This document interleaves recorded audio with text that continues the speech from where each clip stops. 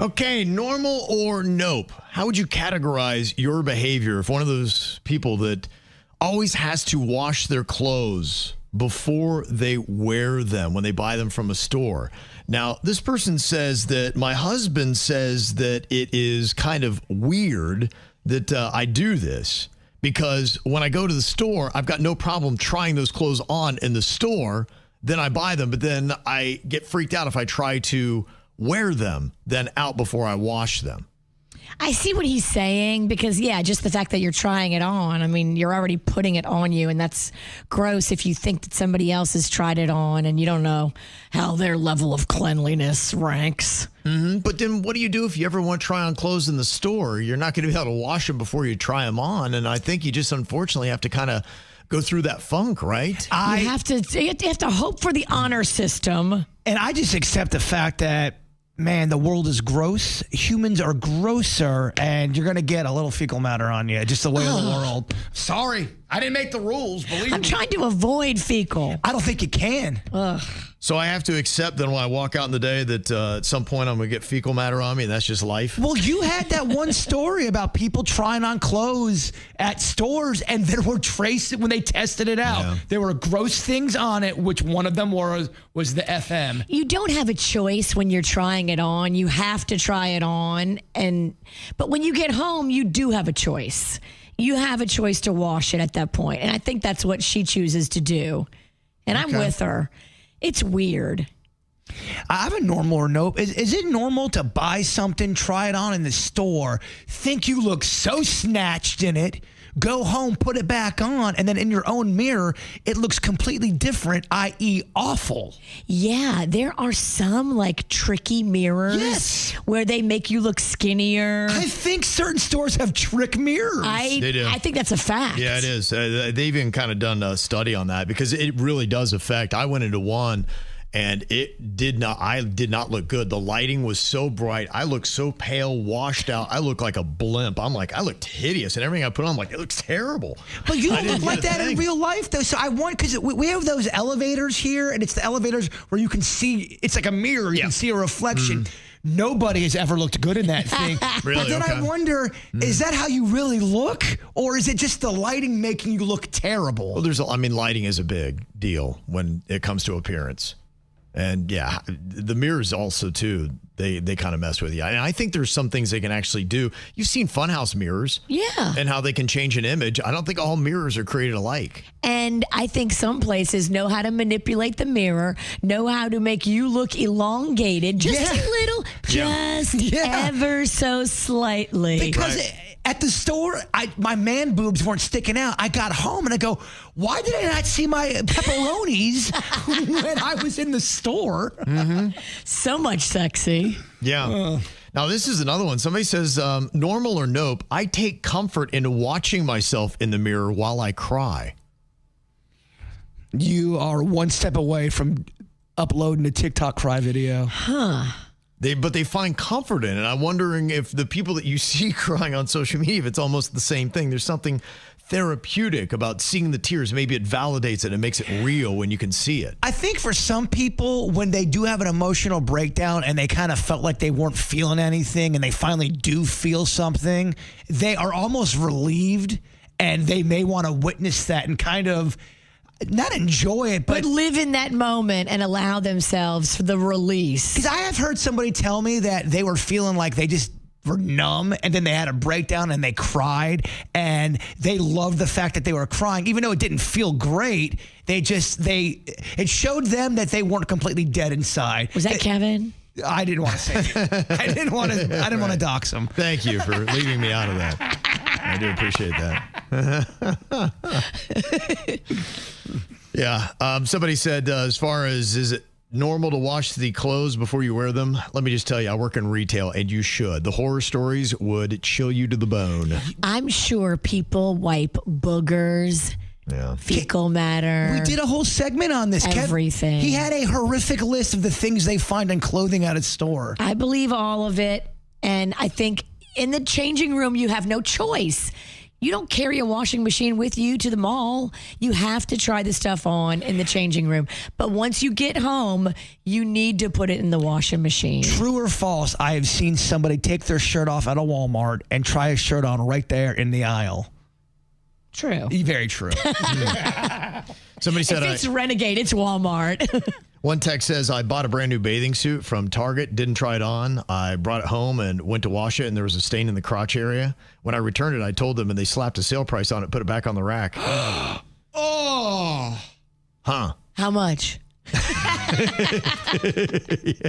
I mean, Mama does love a sale. Yeah, okay. You go to the discount rack, it's like, okay. There's no way. You got to draw a line with stains. You got to draw a line with stains in the undergarment. Somebody's texted and they said, I like to cry when driving. I find that soothing. Really? Sometimes people really do feel a relief after a big old cry. You feel like you ran a marathon. You're almost relaxed in a serene state.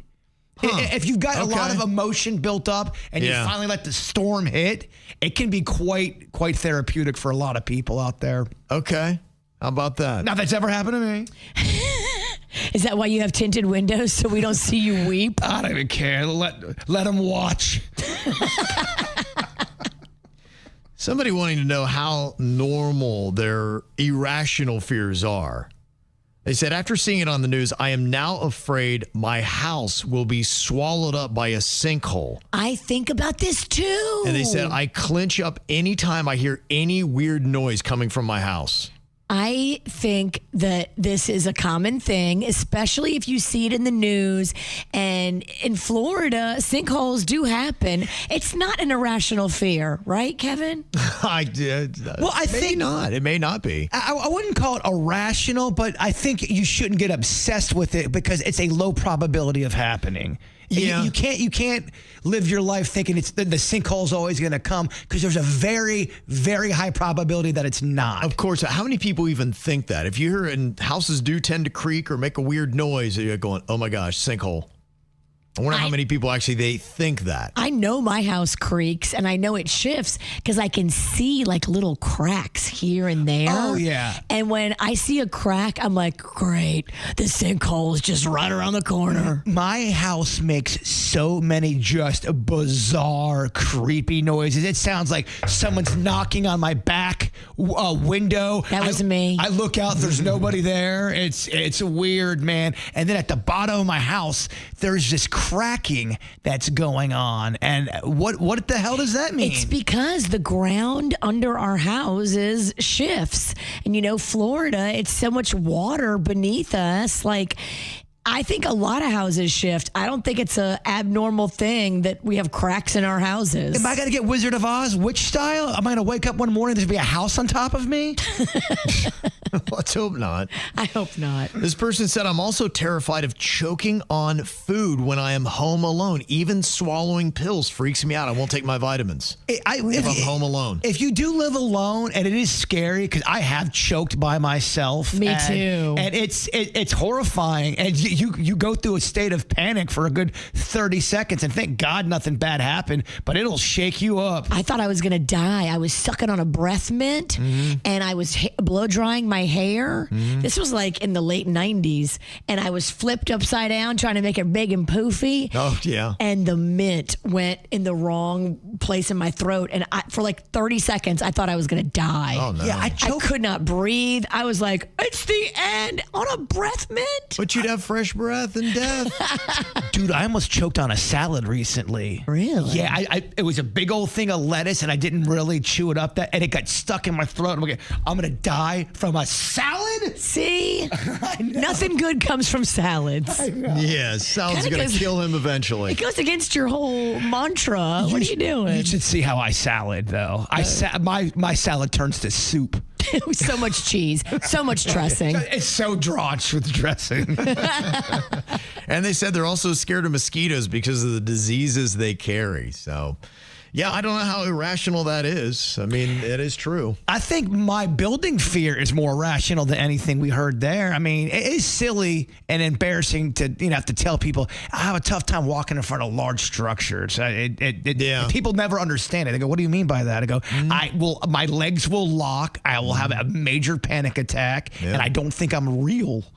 I've seen it. It's pretty wild to watch. Yeah, it's embarrassing. I mean, it really is. I talk about it because I was really embarrassed as a kid and I hid it from people. And I think if I was open about it and talked to more people as a youngster, it would have helped me out greatly. So maybe young kids out there who are suffering from that, talk to somebody. Someone wants to help you. They really do. If you have a phobia and it's keeping you from being happy in your day-to-day life, there are experts that can help you and work through it. We took Rocco to therapy for like 8 months, and he had irrational fears that we helped him work through. The therapist was great. Well, they were wondering why I kept failing math. And I mean, I'm not good at math by any means, but I couldn't go to the second story in my algebra class. And during class, there's hot girls in there, and all of a sudden I start doing things like Jason Lee Pennington, Jason Lee Pennington, Jason Lee Pennington. I sound insane. So I just stopped going to class. It's all coming together, isn't it? I mean, do you honestly use algebra today? No, but it did cause me a heap load of problems in my high school career. You're doing all right. Yeah, algebra, smalgebra. This is how we do. It's the KBJ Show.